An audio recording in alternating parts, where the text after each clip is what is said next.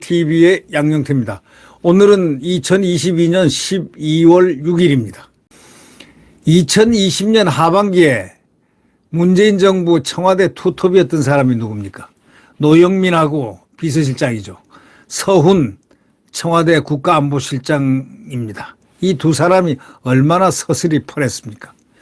그런데 그 사람들을 향해서 검찰 수사가 속도를 내고 있습니다. 이 노영민은 비서실장은 광화문에 모인 이 정말 애국 국민들한테 얼마나 몹쓸 욕을 했습니까? 그 참 이분들은 도대체가 이해가 안 될 사람들이에요. 또 한 사람 서훈은 북한 편을 들면서 항상 문재인을 대신해서 친북을 다 이렇게 모델을 만들고 한 장본인 아닙니까?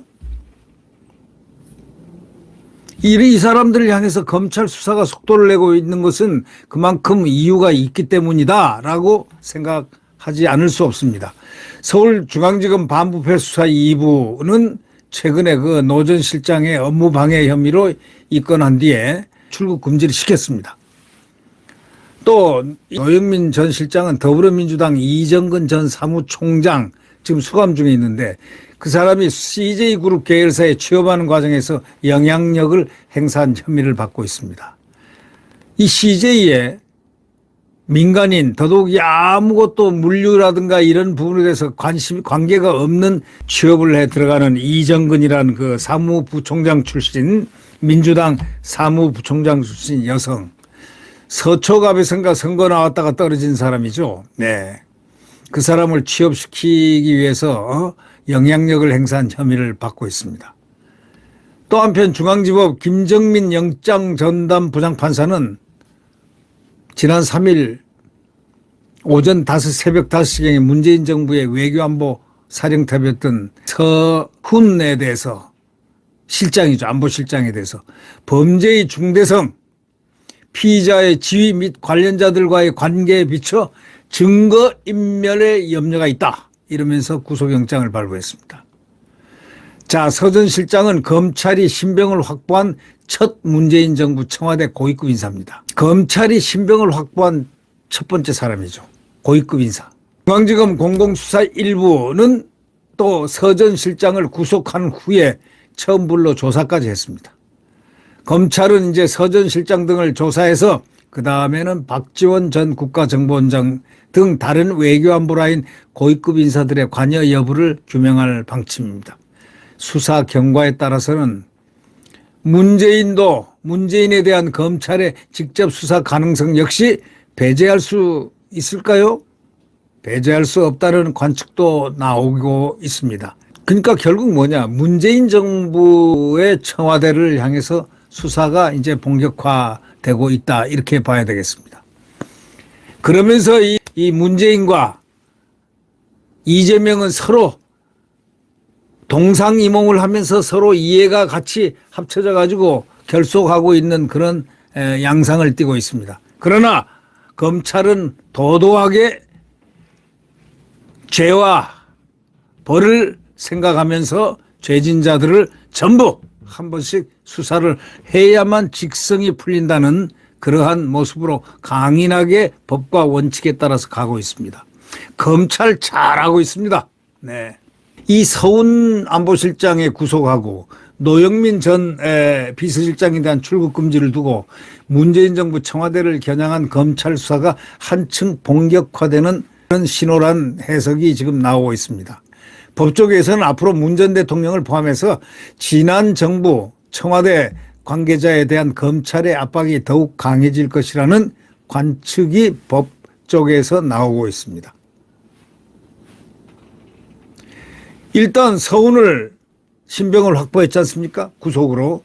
이 확보한 검찰은 연내 사건을 마무리하는 것을 목표로 두고 수사 속도를 매우 강하게 높일 방침입니다. 검찰은 사안의 중대성 또 그리고 대북 안보 정책 컨트롤 타워인 서 전 실장이 사건에 차지하는 비중 이것이 너무 높다는 점을 법원이 인정했다고 보고 서 전 실장 조사를 마치는 대로 서욱 전 국방부 장관, 김홍희 전 해경청장 등과 함께 기소할 방침입니다. 기소가 되면 목에 힘이 쭉 빠져. 예. 목에 쭉 힘 빠고 사법부로 넘어갑니다. 예. 거기서 재판을 받습니다. 거기서 온갖 머리를 다 쓰겠지만은 법은 검찰의 공소장에 기준해서 법원 판사들의 재판 절차에 따라서 그들의 양식과 법과 어떤 비전에 따라서 그들이 판단하면 그걸로서 그들의 운명은 결정되는 겁니다. 이 서훈 전 실장은 해양수산부 공무원 이대준 씨가 피살된 다음 날인 2020년 9월 23일 오전 1시죠. 1시경 청와대 관계장관 회의를 주재했습니다. 또 서 전 장관, 박지원 전 원장 등에게 관련 첩보를 삭제하라고 지시한 혐의, 즉 직권남용, 행사방해 등을 혐의를 받고 있습니다. 그러나 이제 박 전 원장은 서훈 당시 안보실장으로부터 첩보 삭제 지시가 없었다. 저도 국정원에 지시하지 않았다 하면서 혐의를 강하게 부인하고 있습니다. 박 전 원장은 서 전 실장 구속 직후 페이스북을 통해서 이건 아니다라면서 보석 불구속 기소로 사법부 판단을 받도록 윤석열 대통령의 용단을 기대한다 이렇게 밝혔습니다. 그러니까 불구속 기소로 사법부 판단을 받도록 윤석열 대통령 용단을 기대한다 이랬습니다. 다시 말하자면 구속을 안 되겠다 이런 얘기입니다. 검찰은 조만간 박 전 원장을 피고발인 신분으로 불러서 조사할 방침입니다. 서 전 실장 측 변호인은 입장문을 냈습니다. 영장 발부에도 불구하고 불구속 수사와 재판이 필요하다는 입장입니다. 구속 적부심 청구를 검토 중이다 이렇게 얘기했습니다.